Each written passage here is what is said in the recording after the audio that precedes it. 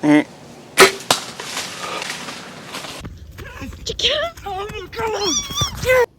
what's going on, guys? Cliff and Denny with On Your Own Outdoors. Hey guys, so number one, I want to say thanks everybody for tuning in today. You're fixing to witness probably the craziest hunt of my life. It was a once in a lifetime experience.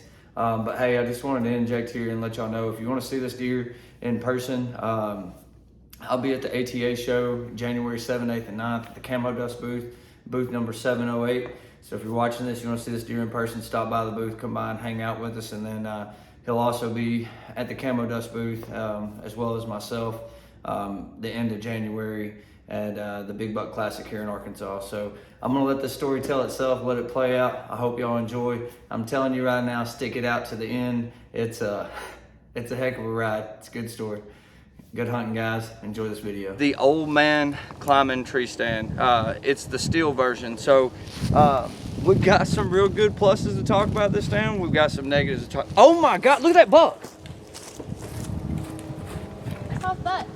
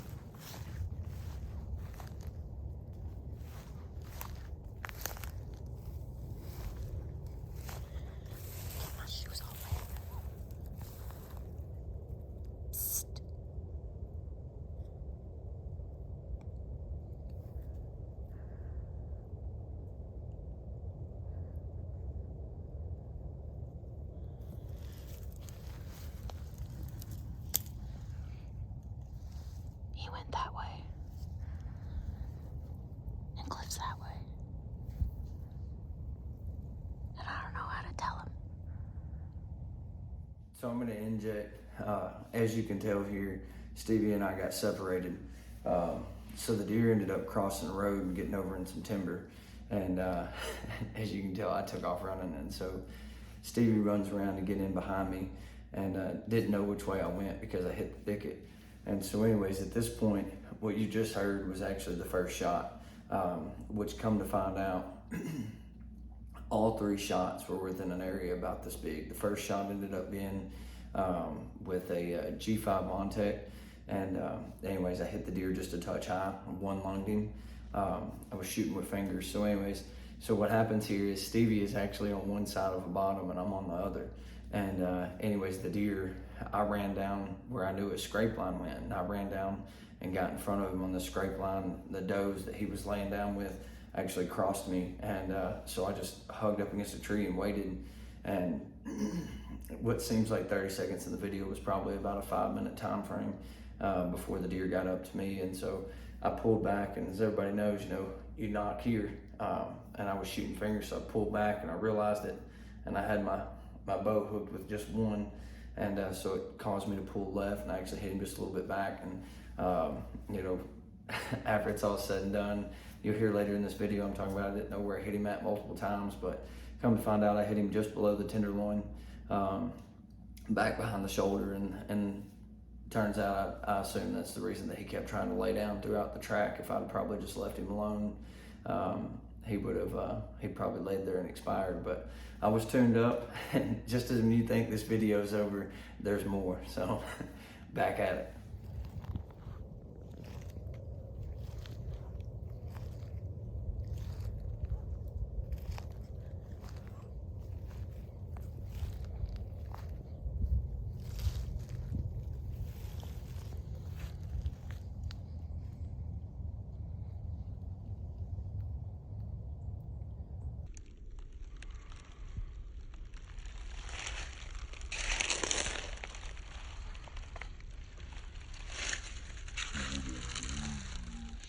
So what y'all missed here, because the Tacticam wasn't running.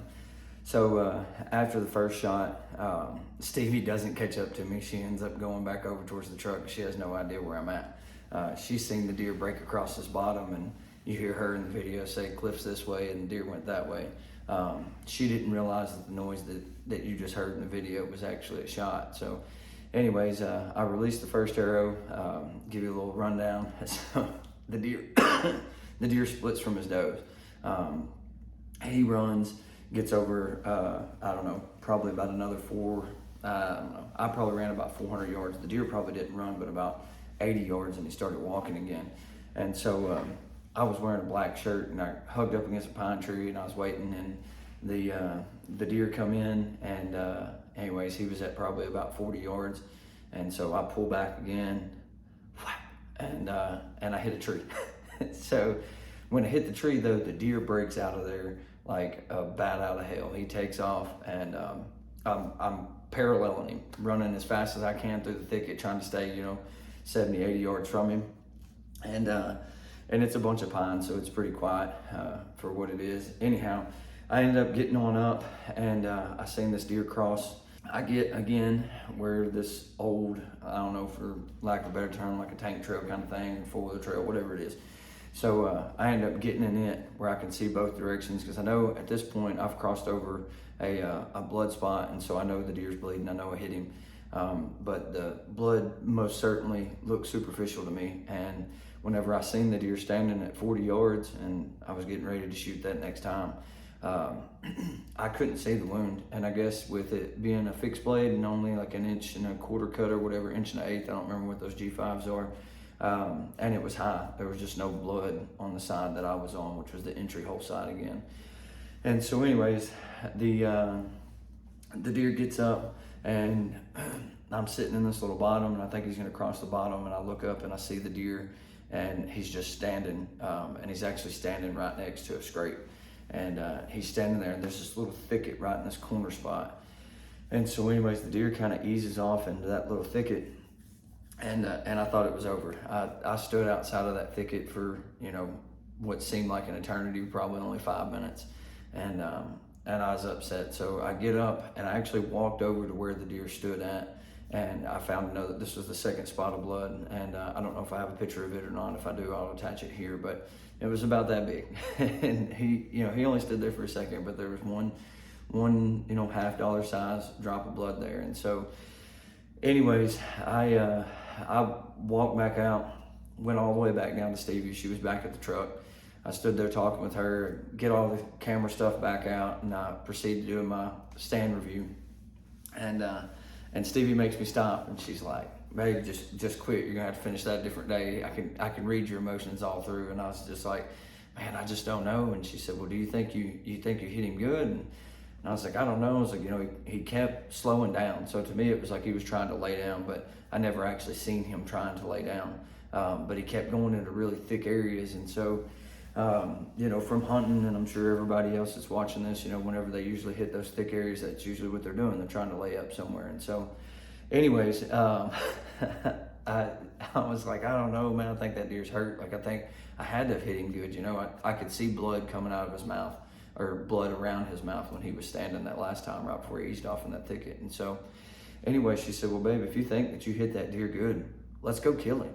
And man, it was like a light switch went off, and I was like, why am I giving up, right? And in my head, I was, you know, I'll back out, I'll come do my videos, I'll wait a couple hours, I'll figure out, you know, how to, who to talk to be able to bring a blood dog on here. I know a guy named Skip, he's got a really good blood dog named Blue. He's on the Arkansas Blood Trailing Network, and so me and him's kind of created a friendship over the last couple months. So anyways, that was my, you know, my go-to. I was fixing to call Skip, and so anyways, she talked me into going down there, and it was literally, let's go kill that deer. So we went on down the road, we got in the truck, drove down to the closest point to the thicket that I seen the deer walk back off into after he crossed back over. And so anyhow, I leave Stevie at the truck, and I was like, stay here, I'm going out in this thicket. And so I go out in the thicket, and here nor there, guys, I know it sounds crazy, but you know, where I seen that deer go in the thicket was probably, I don't know, 75 yards from where I ended up parking the truck,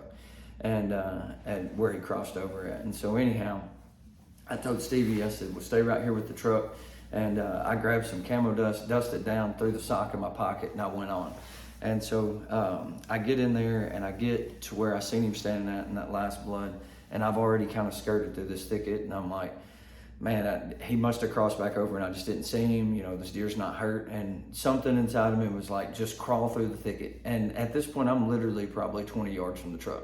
And I had no idea Stevie was recording, so kudos to her, because you actually hear the shot here in just a second.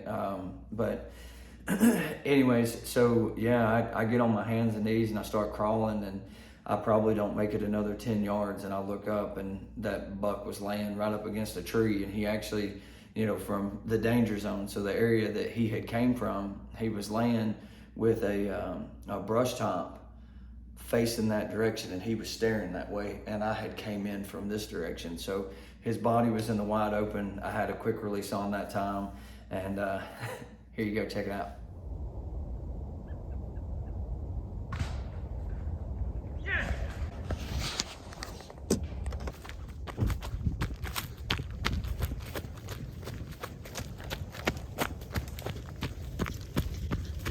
Get him! Oh my God! Get him! Oh my God! God! Let's go! I'm so excited. So you're there? I love you. Big deer, huh?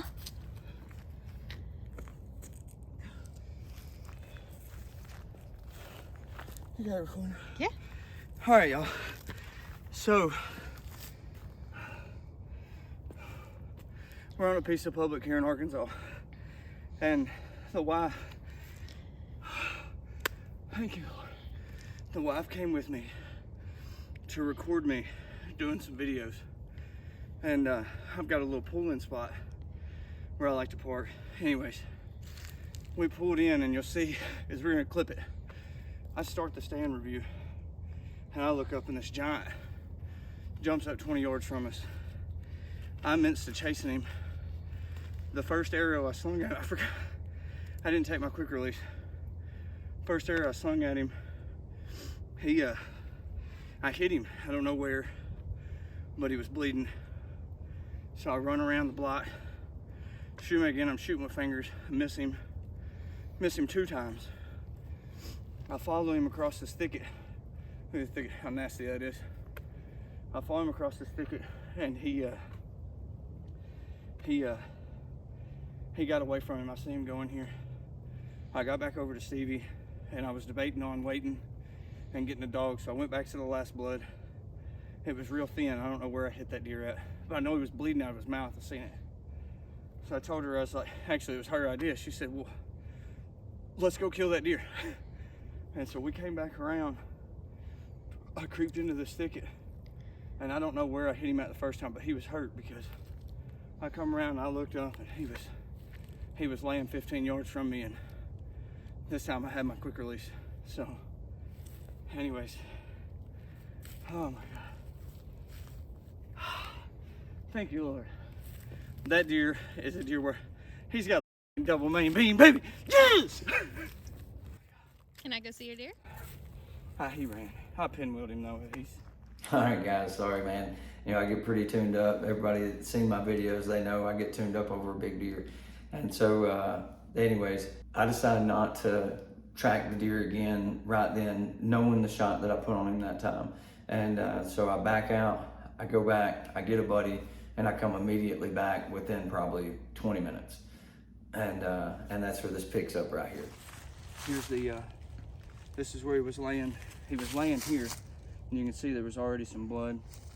I shot him, and we've got a real good blood trail. So I've got one of my buddies with me. He's gonna video it, so let's go. Look at that, man.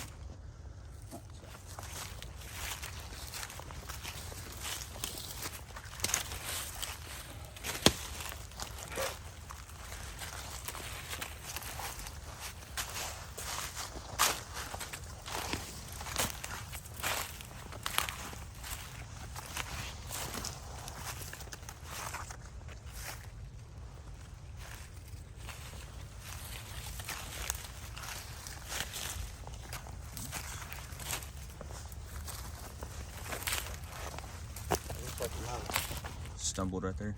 Yeah, do you see that big pile there?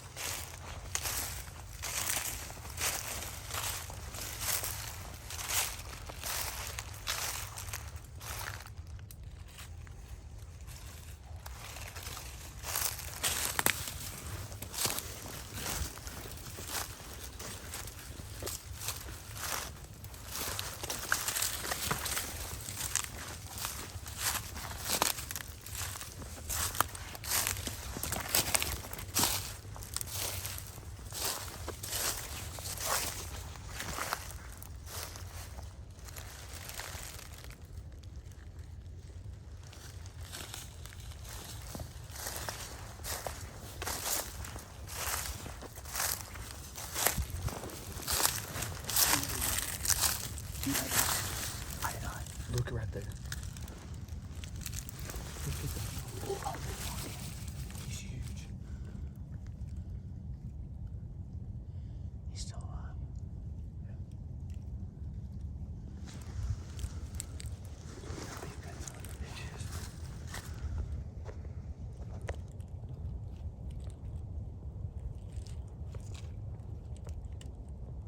Let me see. I gotta see that big.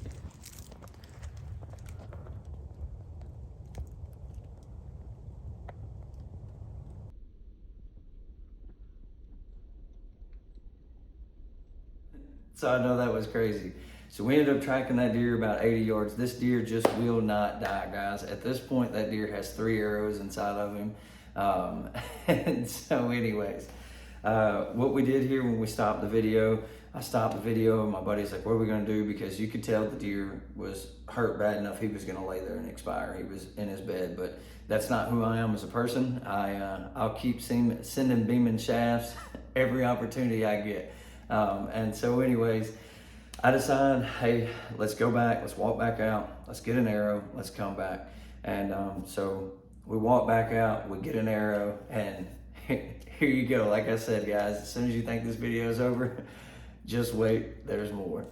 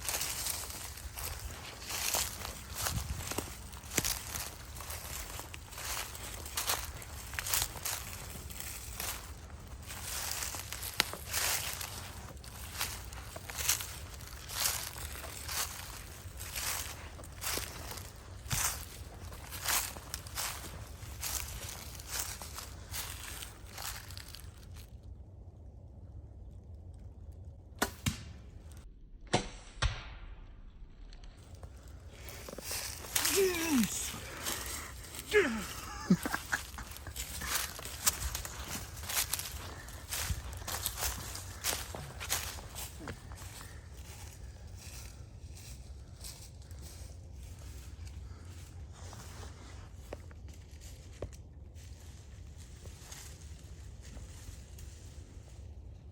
right, guys, check this deer out. All right, so you want to talk about crazy. The wife and I came over some public land today to do some videoing. And it's in an area I hunt. And anyways, I know there's good deer in there, but this deer, he literally, look at the mass on that. I mean, it's 3 fingers wide. Anyways, we start to do the video, and this deer jumps up out of his bed and takes off running. And anyways, I take off after him. I run probably maybe like a mile total. Yeah. About a mile total staying in front of him. I shot him once. I don't even know where it hit him. We haven't looked yet, but he was bleeding out of the mouth after I shot him. And I just stayed on him. And anyways, went into a thicket where I thought he laid down. And sure enough, he did. And he was, you know, if you're ever messing with big bucks, if you keep your wind in your favor, they're not going anywhere until you spook them. And so, anyways, he was laying probably 15 yards. Double lunged him. He took off running. He's run, what, probably another 80? Yeah. And we got up there, and here nor there, he was still alive. Well, we went back, grabbed another arrow, come back, and he laid his head down, but I could tell, look at that thing. I could tell he wasn't fully expired. And so I took the opportunity to go on ahead at that time and put another one in him. And that's it. That's the end of the story of the crazy deer. I'll probably never kill another buck like this in my life. Man, what a hunt. Thank you guys for watching. Don't forget to like and subscribe, and hit that like button. Look at this thing, man. Arkansas giant. Thanks, guys. Good hunting.